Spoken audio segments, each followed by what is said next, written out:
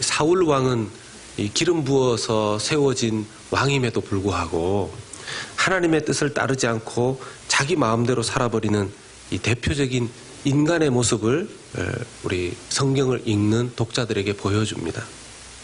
반면에 다윗은 보잘것없는 양치기로 그 인생이 출발을 했지만 하나님께 선택을 받고 하나님의 뜻을 따르는 왕이 되어서 삶을 살아가는 또 다른 대표적인 인간의 모습을 또 성경의 독자들에게 보여줍니다.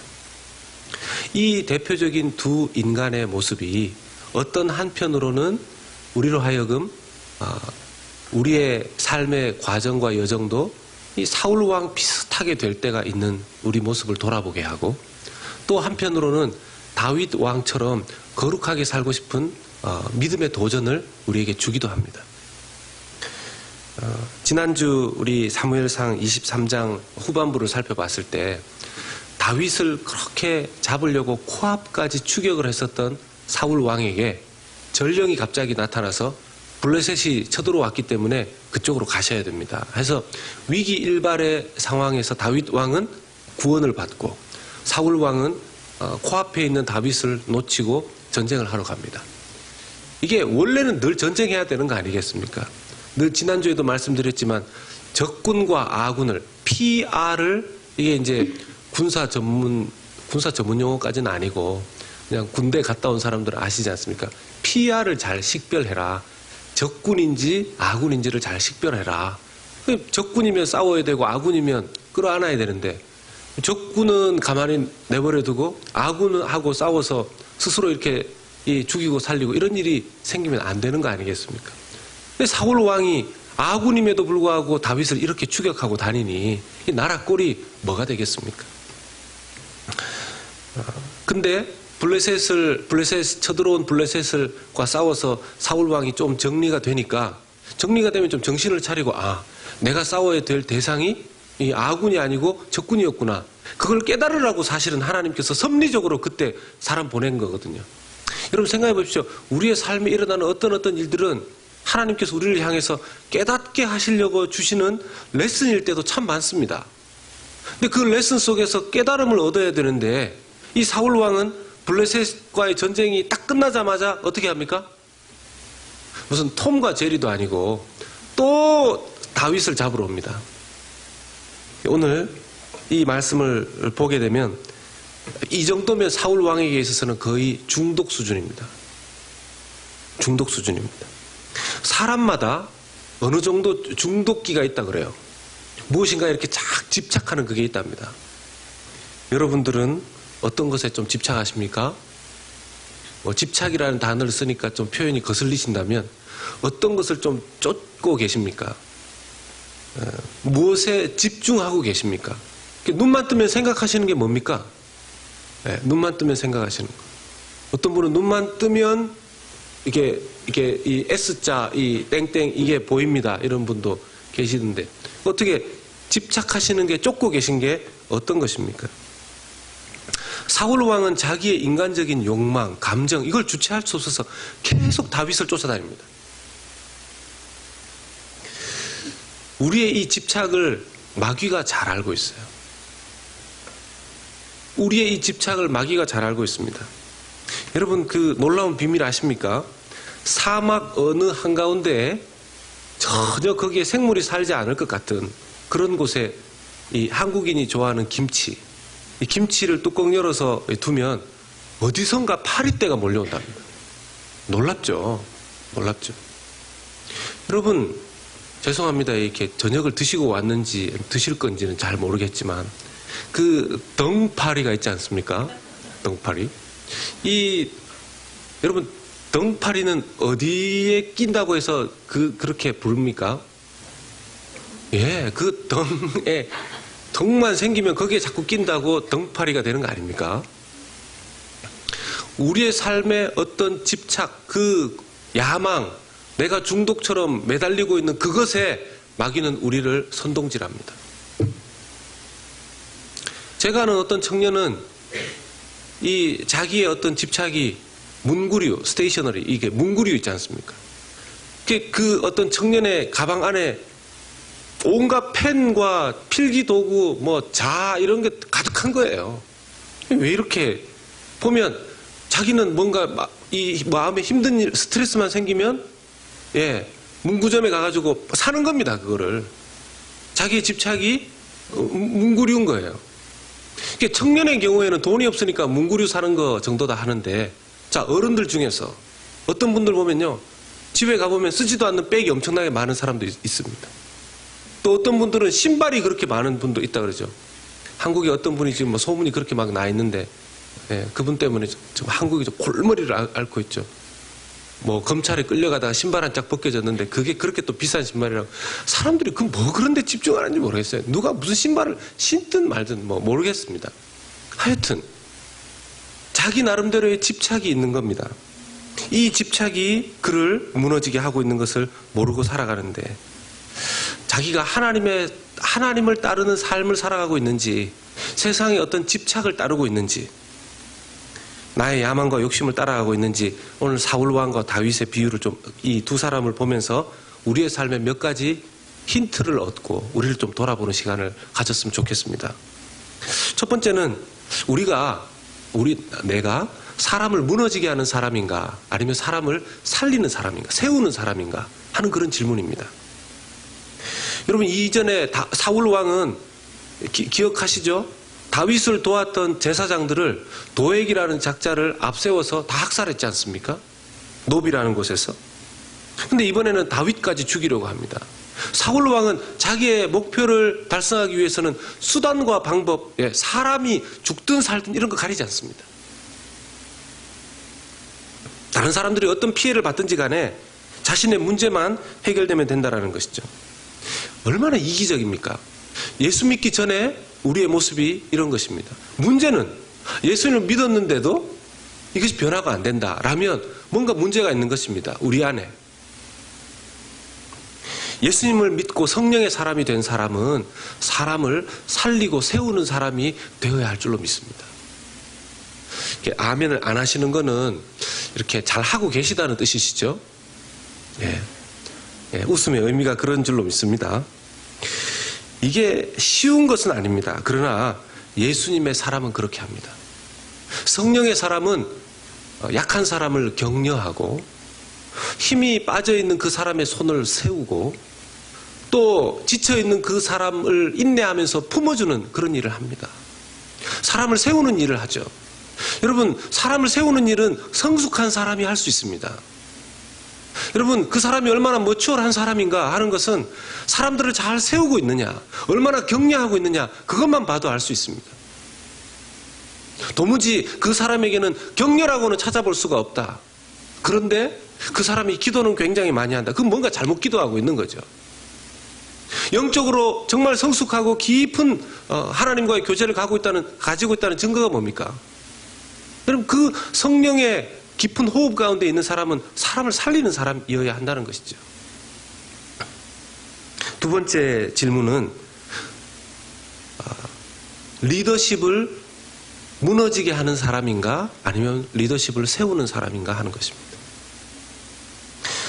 사울 왕이 될 때 기름 부음을 받고 이 왕이 되지 않았습니까? 그 당시에 이 기름 부음 받고 왕된 사람이 첫 왕이 사울 왕이었습니다. 얼마나 기뻤겠어요.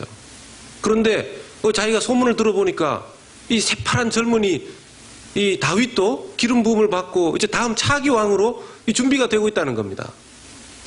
이게 좀 생각이 제대로 된 사람 같으면 자기가 왕이 되고 보니까 누릴 게 너무 많고, 이 왕이라는 게 하나님께서 세우셨기 때문에 늘 사람들을 사랑하고 하나님 앞에서 정결하게 자기를 잘 지키면서 왕 노릇을 해야 되는데, 누군가가 기름 부음 받고 다음 왕으로 준비된다면 그 사람을 소중히 여기고 그 사람을 위해서 기도하고 이래야 되는데, 오히려 자기의 경쟁 구도로 생각하면서 그걸 죽이려고 하는 거죠.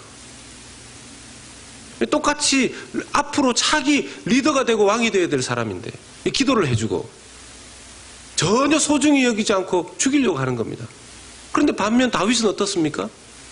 자기를 그렇게 못살게 굴고 죽이려고 하지만 왜 사울 왕을 지금 여러분 말씀해 보시면 굴에 들어와서 이렇게 죽일 수도 있는 그런 상황임에도 불구하고 왜 죽이지 않습니까?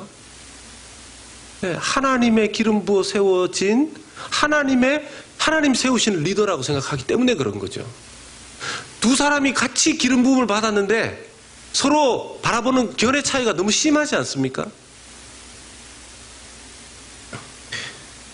이 보통 가장 혈기왕성할 때가, 물론 이게 청소년기 때도 질풍노도의 시기다 뭐 이렇게 얘기를 하지만, 이 청년들이 특별히 더 혈기왕성하지 않습니까? 뭔가 이렇게 불의를 못 참고 끓어오르는 경향이 있습니다. 한국의 그 1980년대 중후반 이때 뭐 데모, 혹시 그때 그 전에 참 오신 분들이 대부분 많죠. 저는 그 한국의 1980년대 후반에 제가 그 마지막쯤에 대학을 다녔기 때문에 제가 그걸 봤습니다. 뭐 데모 대단하죠. 대학 가는 데모가 하나의 문화였습니다. 문화. 제가 그 한국에서 울산이라는 곳에서 사역을 한 적이 있었는데, 여러분 아시겠지만 울산이 경제적으로 큰 몫을 담당하는 곳이 그 H자동차가 있는 거기입니다. 또 어디라고 얘기하면 또 좀 그러니까. H자동차가 있는 거기인데, 제가 섬기던 교회 안에도 그 H자동차에 어쨌든 사원들이 많으셨어요. 근데 주기적으로 그분들이 보통 파업하고 이렇게 데모하고 하지 않습니까? 그 목사님도 그 설교하기가 참 쉽지 않았겠지만, 저는 그때 비록 부교육자고 전도사고 했지만, 그 모습을 보는 게 그렇게 썩 좋지는 않았어요. 나중에 제가 섬기는 청년부 중에서도 거기 일하는 청년들이 있었는데, 연봉을 얘기를 들어보니까 너무너무 많이 받는 거예요. 근데, 연봉을 그렇게 월급을 많이 받고 있는데도 왜 또 데모를 하느냐 물어보니까 해야 된대요. 네. 거기에서 빠지면 안 된다는 겁니다. 남들 데모할 때 같이 들어가야 된대요. 그런 논리가 어디 있습니까? 그런 논리가. 그렇게 하면은 정말 자기들이 원하는 모든 것은 가지고, 그리고 그걸 통해서 경제 정의가 실현이 되겠습니까? 소위 말해서 뭔가 권위와 질서에 대한 그 불만이, 그 정의가 잘못됐다고 생각될 때 그걸 업사이드 다운 시킬 수 있는 그런 방법을, 그런 데몬스트레이션을 통해서 바로잡을 수 있겠습니까? 저도 한창 혈기왕성한 대학생 시절에 중학교 교사로 근무하시던 아주 신실한 기독교사 선생님 한 분의 간증을 듣게 된 적이 있습니다. 이분이 중학교 교사셨는데, 남자 선생님이셨는데, 이제 방과 후에 공부가 좀 모자라는 학생들 모아서 공부도 가르쳐 주시고, 또 그리고 아주 신실한 기독교 교사이시니까 또 학생들에게 예수님에 대해서도 가르쳐 주고, 아주 그 일을 즐겁고 감사하게 잘 하는 분이셨어요. 근데 어느 날 교감 선생님이 부임을 하셨는데, 이분이 좀 그런 기독교 활동, 기독반 이런 것에 대해서 아주 싫어하시는 분이셨던 겁니다. 그러니까 그 기독반 선생님이셨던 이분을 딱 찍어놓고 이 방과 후에 교실을 내려고 하는데 이 교실 오픈을 안 해주시는 겁니다. 허락을 안 해주시는 거예요. 교실들이 많이 있음에도 불구하고 특별한 이유가 없는데 계속 이 도장을 안 찍어주시는 겁니다.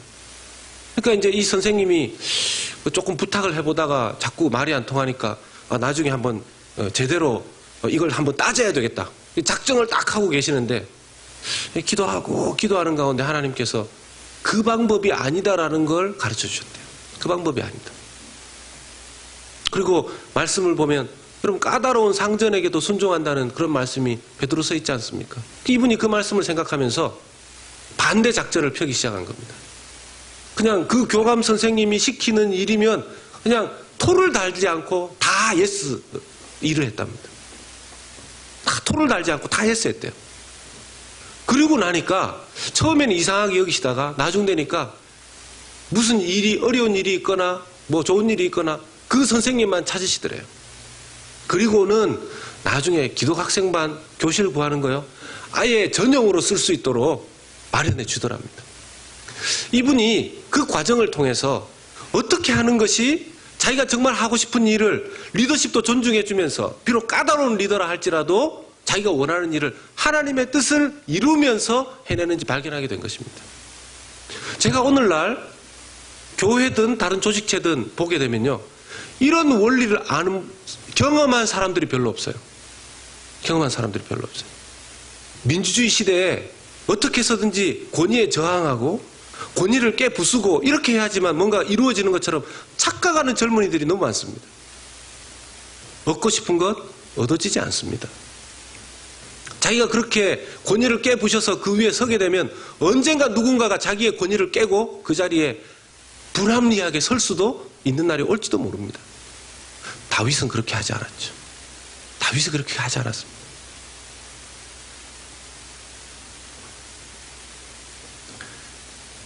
예수님도 리더십의 권위의 질서를 존중하셨습니다. 여러분 아시죠? 예수님께 누군가가 와서 성전세를 내라고 했을 때 예수님께서 감히 이 성전의 주인인 나한테 성전세를 내라고 그냥 하늘에서 불이 떨어져서 태워버리거나 죽여버리지 않았습니다. 가이사의 것은 가이사에게,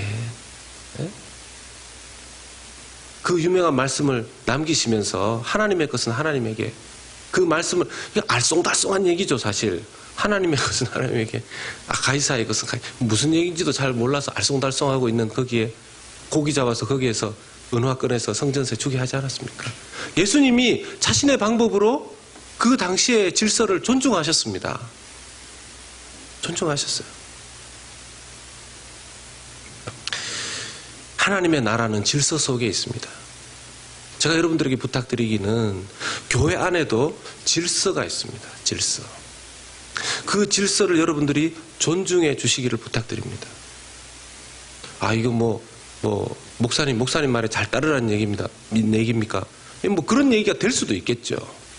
근데 제가 말씀드린 건 단순히 누구 말을 듣고 안 듣고의 문제가 아니라 질서를 존중한다라는 생각 속에서 생각해보면 많은 부분들이 풀릴 수 있다는 것입니다. 나이도 질서가 될 수 있겠죠. 조직 속에서의 어떤 권위자들도 질서가 될 수 있겠죠. 그 모든 부분들이 서로 존중되는 그런 공동체가, 건강한 공동체가 될 수 있다는 것입니다. 세 번째, 마지막으로는 여론을 따르는가 아니면 하나님의 말씀을 따르는가 하는 것입니다. 사실 오늘 가장 중요한 부분이 이 부분이라고 할 수 있습니다. 여러분 4절에 보시면, 오늘 말씀 4절에 보시면 다윗의 사람들이 지금 사울이 그 굴 안으로 잠깐 들어가서, 이게 굴 안에 들어가서 자기 발을 덮는, 이게 이제 개역 한글에는 발을 덮는다, 발을 가린다. 그 해석을 두 가지로 한다고 합니다. 용변을 본다는 해석도 있고 또 하나는 낮잠을 좀 잔다, 이런 해석도 있다고 그래요. 뭐 어느 쪽으로 어떤 신학자는 낮잠 잔 걸로 보고 어떤 신학자들은 용변을 본 걸로 보는데 어쨌든 혼자 들어갔다는데 초점이 있습니다. 근데 그 혼자 들어간 거기에 다윗의 군사들이 거기 다 있었던 겁니다. 3,000명 데리고 가면 뭐합니까? 결국은 하나님께서는 홀로 남게 하시는 거죠. 사울 왕 홀로. 그때 4절에 다윗의 사람들이 이렇게 얘기합니다. 여호와께서, 보소서, 여호와께서 당신에게 이르시기를 내가 원수를 내 손에 넘기리니 내 생각에 좋은 대로 그에게 행하라 하시더니 이것이 그날입니다. 하나님께서 당신에게 오늘 기회를 주셨습니다. 오늘 하나님께서 주신 이 기회를 놓치지 마십시오. 이렇게 얘기하는 겁니다. 뭐 여론이 대단한 거 아닙니까? 여론이 대단한 거 아닙니까? 모르겠어요. 다윗이 그 여론에 휩쓸렸는지 사울 왕의 옷자락을 살짝 자릅니다. 옷끝을 좀 잘라냅니다. 그런데 5절에 보면은 그리한 후에 사울의 옷자락 뱀으로 말미암아 다윗의 마음이 찔렸다 그래요. 다윗의 마음이 찔렸답니다. 왜 찔렸을까요? 이 말씀을 잘 들여다보면 양심에 찔렸다는 것입니다. 왜요? 아니, 사울 왕을 칼로 어떻게 살을 벤 것도 아니고 옷자락 끝을 뱉는데 그게 어떻게 마음에 찔릴 수 있을까요? 여러분 아시겠지만 예수님도 말씀하시지 않았습니까? 여인을 보고 간음한 자가 간음한 것만이 아니고 마음으로 음욕을 품는 자가 이미 간음했다. 마음의 동기가 어떠하느냐에 따라서 이미 그 사람은 그 행위를 저지른 것과 마찬가지다. 이렇게 말씀하시지 않았습니까? 다윗 스스로가 자기의 동기 속에 조금이라도 사울 왕을 해하고자 하는 마음이 조금이라도 찰나에 지나갔었다라는 것을 마음에 찔려 했던 것입니다. 다윗 왕의 위대함이 여기에 있는 것이죠. 그 마음을 정결하게 유지했던 그 사람. 하나님께서 그 마음을 기뻐하신 거 아닙니까?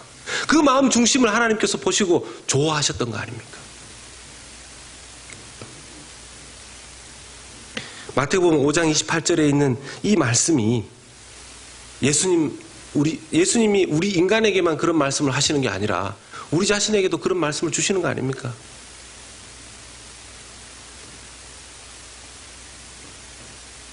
다윗이 만약 그 당시에 환경 그리고 여론 이런 것들을 따랐다면 사울 왕을 그때 분명히 죽였을 것입니다.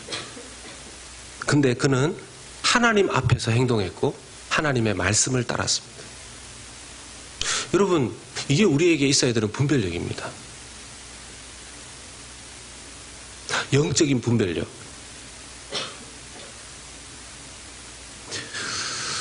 요즘 저희 딸이 이제 처음으로 이제 물론 처음이죠. 예, 공식적으로 아르바이트를 시작했는데 이제 방과 후에 마치고 이제 초등학교 가가지고 데이케어 이제 좀 옆에서 애들 돌보는 일을 조금 합니다. 나름 피곤하다고 막 갔다 오면 막 쓰러지고 막 이러는데 삶의 이 고충을 알게 되었다나 그러는데요. 이제 아이들이 자기들끼리 막 좀 의견 충돌이 있고 이러면 와가지고 미스 에주 이러면서 자기들의 자기들 판별해 달라는 겁니다. 이 다툼을 해결해 달라는 겁니다. 근데 처음에는 제 딸이 그걸 해결해 주겠다고, 야, 너는 어떻게 된 거냐? 너는 어떻게 된 거냐? 계속 얘기를 듣는데, 이렇게 말을 해도 통하겠습니까? 다 불나서 왔는데. 그래서 나중에는 너무 지쳐가지고, 지금은 내가 너무 힘드니까 5분만 있다가 얘기하자. 그래서 너는 저기 가 있고, 넌 저기 가 있어라. 5분 후에 불렀대요. 자, 다시 얘기해보자. 그러니까. 아까 자기들이 왜 싸웠는지 다 잊어먹었대요. 왜 다퉜는지 기억도 안 나더래요. 그래서 저희 딸이 생각하기를, 이제 누가 오면 금방 해결 안 하고 일단은 따로 떼서 한쪽 좀 보내놓고 좀 있다 보면 시간이 해결해 준다는 거죠. 혼자 있는 시간이 자기를 정리해 준다는 겁니다.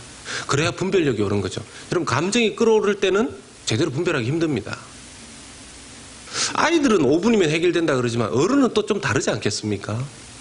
그래서 여러분, 우리가 하나님과 함께 고요하게 있는 시간이 반드시 필요하다는 것입니다.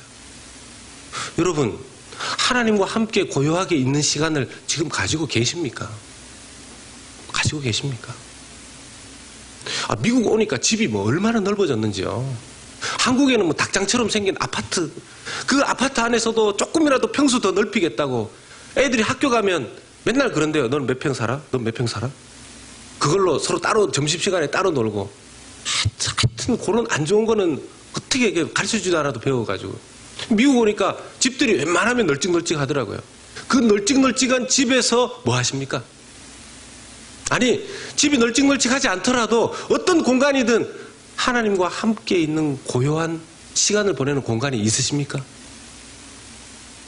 그렇지 않으려면 그 큰 집 왜 가지고 계십니까? 손님 많이 맞이하려고 그러십니까? 여러분, 제가 이사 신방을 가게 될 때 보면 작은 집에서 보통 큰 집으로 가지 않습니까? 물론 이제 리타이어 하셔서 자녀들도 다 시집 안 가고 이럴 때는 좀 이렇게 줄일 때도 있는데, 젊은 사람들 경우에는 좀 크게 갑니다. 아파트 살다가 또 콘도에서 또 집으로 가서 보면 얼마나 넓은지. 그냥 집이 휑하죠. 가구도 이제 옛날 집에 있었던 가구를 가지고 오면 작으니까. 제가 그때 꼭 부탁합니다. 꼭 부탁합니다. 이 좋은 집에, 이 좋은 장소에서 하나님과 함께 있는 시간을 이 장소에서 분명하게 가지도록 하십시오. 제가 약속을 받아냅니다. 약속을 받아냅니다.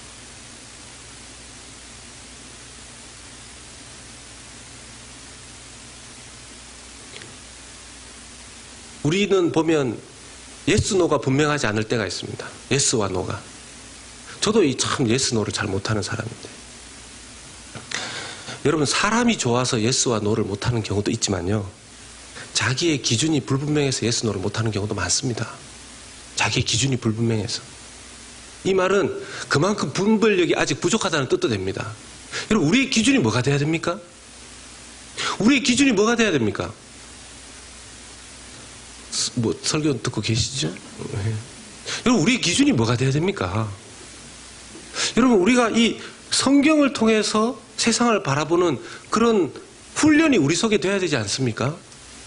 여러분, 우리가 영적으로 건강하다는 게 무슨 뜻입니까? 기도 많이 하고 막 방언하고 무슨 하늘에서 기도했는데 불이 떨어져, 이런 신령하고 영적이고 성숙한 사람입니까? 아닙니다. 아닙니다. 세상을 바라보고 내 삶을 바라보고 돌아보고 인생을 돌아보면서 이 성경적인 관점으로 세상을 바라볼 수 있을 때, 그게 영적으로 성숙한 사람을 말하는 줄로 여러분 믿으시기를 축복합니다. 이게 굉장히 중요한 것입니다. 제가 성도들을 만나보면 그런 생각이 듭니다. 어떤 때는 분명히 교회를 그렇게 열심히 다니시는데 말할 때 들어보면 모든 기준이 다 세상적인 거예요. 모든 기준이. 성경은 하나도 없어요. 하나님의 말씀의 기준은 하나도 없어요. 그걸 성경적인, 여러분, 제가 여기서 나오는 것은 율법주의적인 말을 하는 게 아니죠. 뭘 지켜야 되고 먹어야 되고 먹지 말아야 되고 이런 레위기에 나오는 그 정도를 지금 얘기하는 게 아니지 않습니까?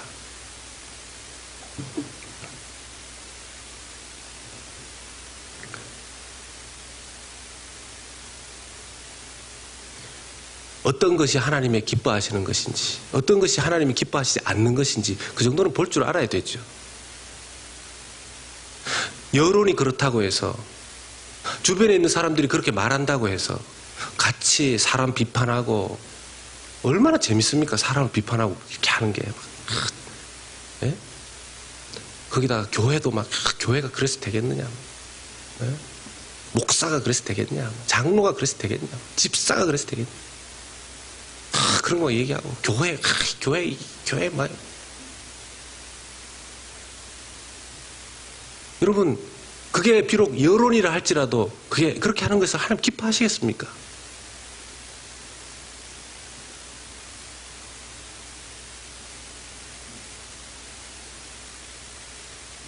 하나님의 말씀이 자기에게 도전해 올 때는 예스 할 수 있어야 되겠죠. 예스 할 수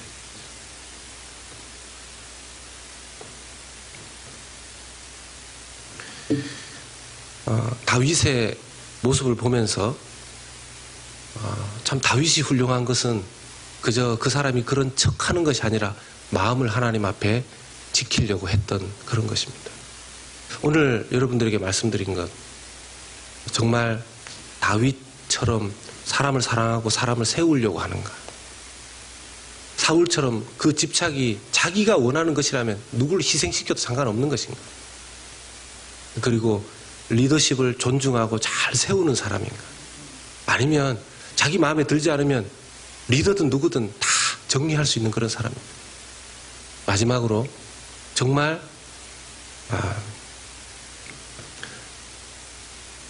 마지막으로 무슨 얘기했죠, 제가? 예, 여론을 따르는 사람인가, 아니면 하나님 말씀을 따르는 사람?